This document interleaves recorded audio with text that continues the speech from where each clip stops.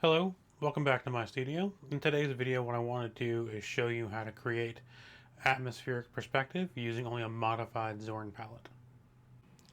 Before I begin, what I want to just do is talk you through the color palette that I used. I have basically pre-mixed a lot of colors that are based entirely on Payne's Gray, cadmium yellow, cadmium red, yellow ochre, and burnt umber. I then mix those colors into the ones you're seeing here on the left hand side. I use the colors on this side for the underpainting, and a lot of the cools I achieved using the Payne's Gray as my stand-in blue. It is mostly blue, so I was able to do that. I then use that to mix in several shades of either redder sunlit strokes or deeper cools to mimic our snowfield that you'll see later on. So the first thing I want to do is really talk about what is atmospheric perspective. I think we all should understand that perspective is just how objects tend to get smaller as they recede. As you're looking at the haystacks here, we can clearly see our eye moving along the top of the haystacks and really kind of trying to see how they're getting smaller and smaller as they get further away, but kind of staying in that line. But then what's atmospheric perspective? Atmospheric perspective is how objects change in color and hue, as well as in value, as they recede further and further away. And so, really, what we're talking about with atmospheric perspective is how the atmosphere itself scatters light and how it impacts how the image will actually appear to you or to the viewer. So, as we are painting, as things recede further away, they will get bluer in value, bluer in hue, as well as lighter in value. And that is how we establish the sense of atmospheric perspective. This occurs simply because of the fact that the atmosphere is a thing. I know even though we walk outside and it feels like we are in a void, what we are really in is air. And air itself is a collection of particles. Those particles scatter and affect light. So as light gets further away, there are more and more little particle interactions that happen there that causes the image to blur or shift to the blue. For these haystacks, what Monet was really seeing and was really studying was the effect of light during different times of day and different times of the year, and how it would interact with the tops of these haystacks or hay bales and create these wonderful impressions of mist and light. Imagine the morning dew casting that little bit of mist around the haystack as that little bit of extra moisture scatters the light just a little bit more. And that was really the effect that I wanted to achieve here. As I began working on the painting, I tried to originally do it with brushwork. Then I realized that the brushwork wasn't creating enough texture for me to have that pop that I wanted, or basically it came out kind of flat. So I couldn't really create that glowing effect that I was looking for. So what I did instead was I switched to the palette knife, and the palette knife allowed me to create a lot of these great, really thick and really wonderful ridges in paint that really helped number one, the haystacks pop out as haystacks with those vertical lines, really demonstrating and kind of giving the effect of stacked straw. And then it really also helped to create the feeling of more snow sticking on the top of the hay bales. And then dragging that white paint down into the wet brown paint allowed to mix in really nicely and add to that the atmospheric depth of the hay bales themselves, because even in there, different parts of the hay bale or haystack are catching different amounts of light. And so as I pull the white paint down, basically pulling the snow down, it creates the illusion that there is less snow on the lower parts of the haystack or hay bale. And by using the palette knife, what I'm also doing is establishing texture.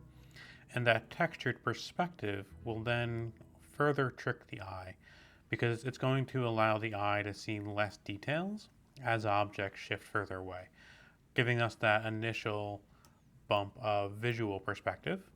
Objects get smaller as they recede further away, and also giving us something for our later highlights to stick to and to really allow the paint to grab onto as we apply our highlights, or actually apply the light later on.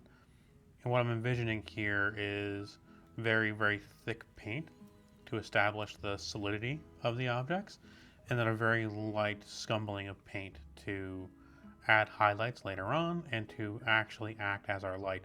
So essentially the light itself is going to be painted on a separate layer.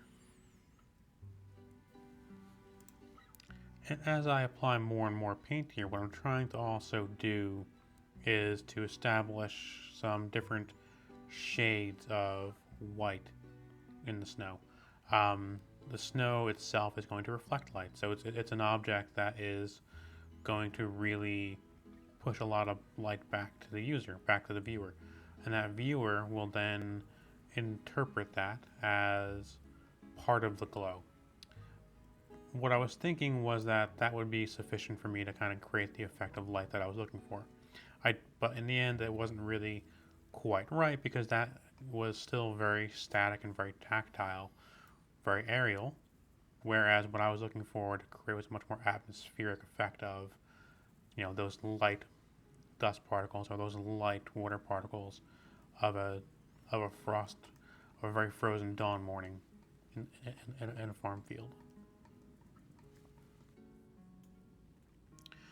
With that textured ground applied, I could begin to apply these very scumbled highlights, and these scumbled highlights are creating the effect of light being cast on what is otherwise a very dark ground. Overall, what I'm doing is using these highlights to change the value of that ground, and to make it appear as if the light is shining across, not as if the ground itself has color, but as if the light is shining on the ground. Light itself is also full of color, all of the colors. So what I will also be trying to do is to use that light and to use that color to give an indication of what time of day it is. As you can kind of see along the top there, I've included a lot of yellows and oranges at the bat. And what I'm thinking here is that these colors will help me establish the fact that it's a very dawn scene, where we have very red shifted light coming into our eye and very red shifted light peering through the otherwise dark area. And as I go through, what I'm doing is reinforcing those highlights and creating that atmospheric glow with very golden and very red colors. And again, what I really wanted to capture here was the effect of that mist. So I'm blending in, and I am creating a layer that merges the heavy textured object with the much lighter textured sky. And then finally, the last thing I want to think about, which I didn't capture on camera, was where I wanted the eye to focus. So what I did was I picked one of the little V shapes between the different hay bales, and I decided to use that as the focal point. To make it the focal point, all I really had to do was paint in pure titanium white directly where I wanted the eye to go. And that's something you'll see in the finished work in one moment here. But it's not something I was able to capture on camera. And again, I really just wanted to capture that effect of morning mist on a cold morning. So, thank you for watching me make this painting. I really do appreciate the time you're investing in watching my videos. If you're enjoying it, please feel free to like and subscribe. If you're interested in the painting itself, I have made it available for sale on my Etsy store, which I've linked in the first comment below. Feel free to check it out. Even clicking on my link helps drive traffic, so I really do appreciate all the support you guys are providing and giving. In the meantime, here is the finished painting, and here is the bright spot that I was describing, where you can really see and feel how that is pulling the eye into that part of the image. And that really does become the focal point that immediately traps your eye. Again, thank you for watching, and have a good day.